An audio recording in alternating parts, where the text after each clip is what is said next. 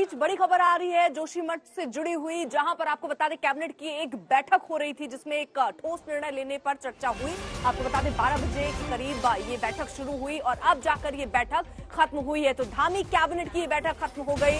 क्या निर्णायक फैसला यहां पर लिया गया, कैसे अब जोशीमठ के लिए आगे रणनीति बनाई जानी है, जाहिर तौर पर इस पर चर्चा हुई होगी। लेकिन फिलहाल एक तरफ जहां ये बैठक चल रही थी, दूसरी तरफ वो 2 होटल जो खतरनाक माने गए, उसके बाद उन्हें ढाने का, उनको गिराने का काम भी किया जा रहा है। 5000 तक देखिए किस तरीके से राहत शिविर में 950 प्रति माह कमरा मिलेगा। ये महत्वपूर्ण बातें जो आज इस बैठक में कही गई हैं। अमित भारद्वाज हमारे साथ जुड़ चुके हैं और डिटेल्स के साथ। अमित, क्या जानकारी, क्या क्या महत्वपूर्ण बिंदु रहे इस बैठक के? जी देखिए, अभी जो है बैठक खत्म हुई है उसके बारे में डिटेल्स आ रहा है, लेकिन सबसे बड़ी अहम बात यह है कि राहत को लेके बहुत सारे सवाल थे, लोगों के जहन में सवाल थे कि आखिरकार क्या कुछ लोगों को मिलेगा। 5000 रुपए कहा गया है कि किराया मिलेगा लोगों को, क्योंकि बहुत सारे ऐसे परिवार हैं जिनके घर तबाह हो गए हैं और उनके पास बहुत ज्यादा अब कुछ बचा नहीं है। जैसे कि हम जिस इलाके में इस वक्त खड़े हैं वहां पे आप देखेंगे तो नीचे जो मकान था वो ढह गया है और जो खेती गृहस्थी थी जहां से पैसा आता था वहां पे वो भी तबाह हो गया है। एक और अहम बात जो है कि राहत शिविर में प्रति कमरा 950 रुपए के मैक्सिमम, यानी कि रिलीफ कैंप में अभी फिलहाल तो शिफ्ट किया गया है, लेकिन अगर कुछ लोग वहीं रहना चाहते हैं तो 950 रुपए में मैक्सिमम किराया वहां पे रहेगा और खाने की व्यवस्था प्रति व्यक्ति 450 रुपए में कर दी गई है वहां पे। इसके अलावा विस्थापन के लिए जो जानवर है यहाँ पे, क्योंकि बहुत सारे ऐसे लोग हैं, बाजार से जब आप हटते हैं तो बहुत सारे लोग हैं जिनके सामने बहुत बड़ा सवाल ये था कि आखिरकार अपने पशुओं को लेके वो कहाँ जाएंगे, कैसे जाएंगे। तो उसको लेकर भी एक क्लैरिटी अब आ रही है कि विस्थापन के लिए 15,000 रुपए प्रति जानवर दिया जाएगा और बड़े पशु के लिए भी जो है उसके लिए अलग से पैसा दिया जाएगा। यानी कि कई सारे बड़े सवाल जो थे जिसको लेकर चिंता हो रही थी लोगों में, वो अब कम से कम इस बैठक के बाद कम होगी। बहुत शुक्रिया अमित भारद्वाज, इस खबर पर दर्शकों को जानकारी साझा करने के लिए आप नजर बनाकर रखें। लेकिन इस बीच आपको बता दें कि देखिए जोशीमठ की जो दीवारें हैं, दरारें हैं, वो तो अभी बानगी भर है, खतरा अभी बाकी है, क्योंकि इसरो ने सैटेलाइट के जरिए जो तस्वीरें जारी की हैं पिछले अगर 12 दिनों की बात कर लें तो जोशीमठ का कुछ हिस्सा जो है 5.4 सेंटीमीटर तक धंस चुका है। यानी कि ऐसा कुछ अगर होगा भविष्य में तो जोशीमठ सिर्फ इतिहास में सिमट जाएगा। एक रिपोर्ट दिखाते हैं आपको।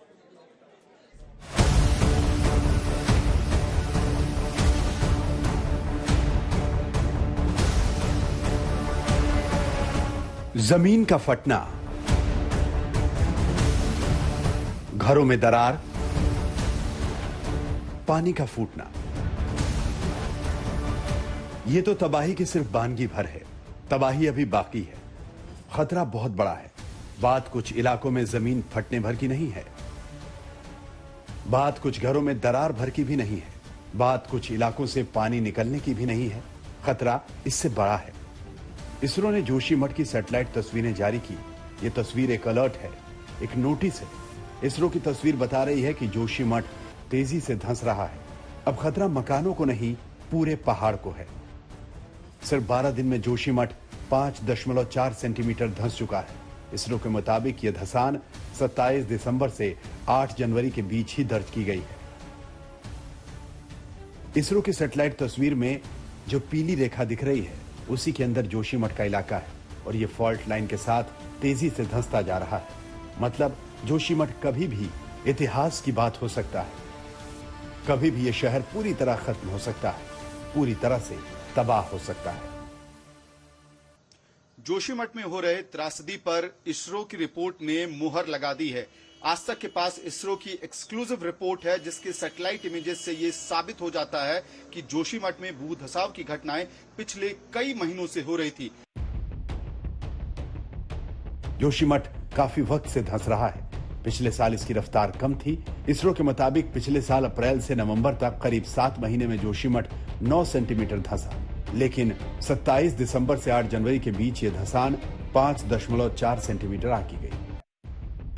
जोशीमठ के धंसने की चेतावनी 1976 में ही दी गई थी। तब गढ़वाल के आयुक्त एस पी मिश्रा के नाम पर एक कमेटी बनी थी। कमेटी में 18 सदस्य थे। सेना, आईटीबीपी, बीआरओ, श्री केदारनाथ बद्रीनाथ मंदिर समिति और स्थानीय प्रशासन के सदस्य भी कमेटी में थे।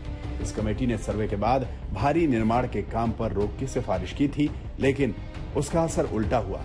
तब चेतावनी पर लोग भड़क गए, उन्हें ही बुरा भला कहने लगे। बाद में अंधाधुंध निर्माण होते चले गए।